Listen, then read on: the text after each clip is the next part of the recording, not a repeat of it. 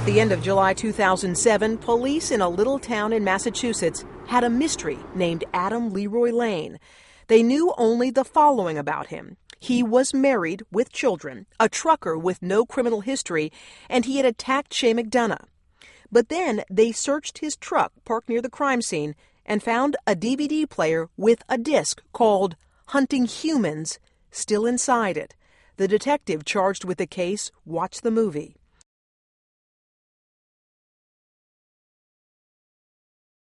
It's a story of a serial killer with no real motive other than to just kill people. The detective had to wonder, was his trucker a serial killer? In the meantime, hundreds of miles south and west in the middle of Pennsylvania, a prosecutor there was dealing with a mystery of his own, the murder of Darlene Ewalt 2 weeks earlier. His main suspect was the woman's husband, Todd, but the prosecutor did not have a strong case against him. The lack of physical evidence early on was very frustrating. And likewise, about 100 miles east in New Jersey, investigators there were trying to solve yet another puzzle, the murder of Monica Massaro. They were starting to wonder if their case had been a random attack.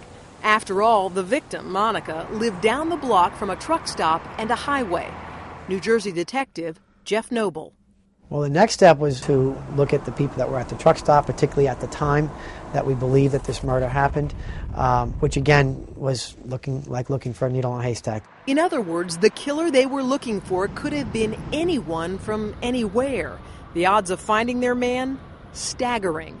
Yet, New Jersey investigators knew of one tool that might help them. The FBI. It runs a national criminal database. New Jersey wanted to know if there were any crimes anywhere in the country that were similar to their homicide, a knife attack near a busy highway.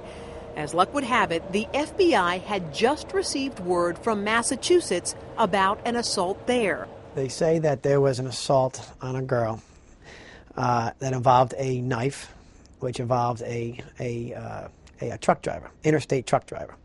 That attack in Massachusetts was the one involving young Shay McDonough, and it had taken place just one day after police believe Monica Massaro had been killed in New Jersey. But at first, the New Jersey detective doubted the Massachusetts case tied into his in any real way. On face value, we were dealing with something that appeared to be much different. We were dealing with a significantly older victim than their victim. Our victim was, of course, murdered. Still, Detective Jeff Noble and his colleagues decided to follow up the lead. They called the Massachusetts Police Department that was handling the case of Adam Leroy Lane, arrested for that terrifying attack on Shay McDonough. This is Sergeant Noble from the State Police. On speakerphone, New Jersey investigators rattled off questions for the local detective. They wanted to know if he had found receipts or anything in Lane's truck that put him near their victim in Bloomsbury, the town where Monica Massaro lived and died that last weekend of July 2007. The detective says, "Wait a minute, did you say your town up in New Jersey?" We said, "Yeah." And he goes, "Did you say the actual name of the town, Bloomsbury?" And we said, Yeah, that's it, Bloomsbury. I have something here that says, I have a receipt here that says Bloomsbury. And at that point they said, what's the date? I gave them the date, and it was total silence on the other end of the phone. I remember we looked around. I looked at my colleagues in the room, and at that point, the focus of the investigation changed, obviously.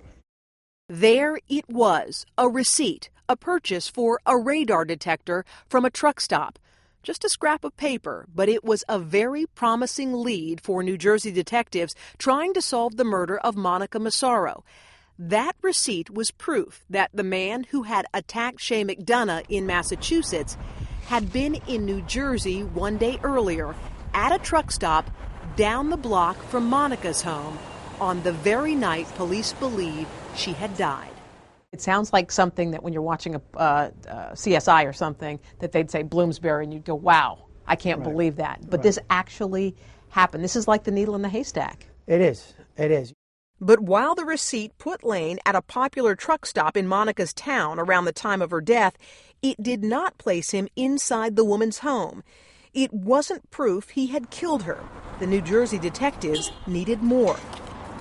They needed to get their hands on anything else Lane may have left in his truck, potential evidence in the Massaro murder case. But there was a problem. It's learned that when the owner of the trucking company had responded to Massachusetts to pick up his truck, which was secured at this private lot, he basically threw everything out. He pulled the truck up next to this big dumpster, and he just took all of Adam Lane's personal belongings and effects that had been in the truck and just threw them out. Within hours, New Jersey state detectives were suited up and sifting through trash in a Massachusetts dumpster. They finally found what they were looking for, pieces of clothing belonging to Lane. And there were stains on it. However, at the time, because it was black clothing, it was difficult for us to really tell if it was blood or not. And something else.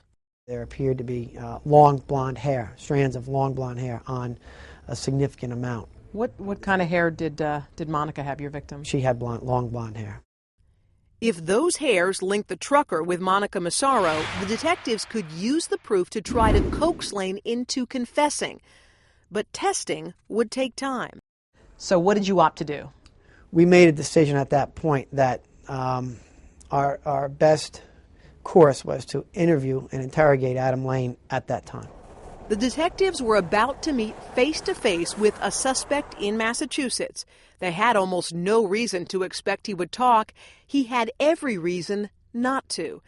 And yet, Adam Leroy Lane was about to spin a chilling yarn about a hot summer night in a little New Jersey town.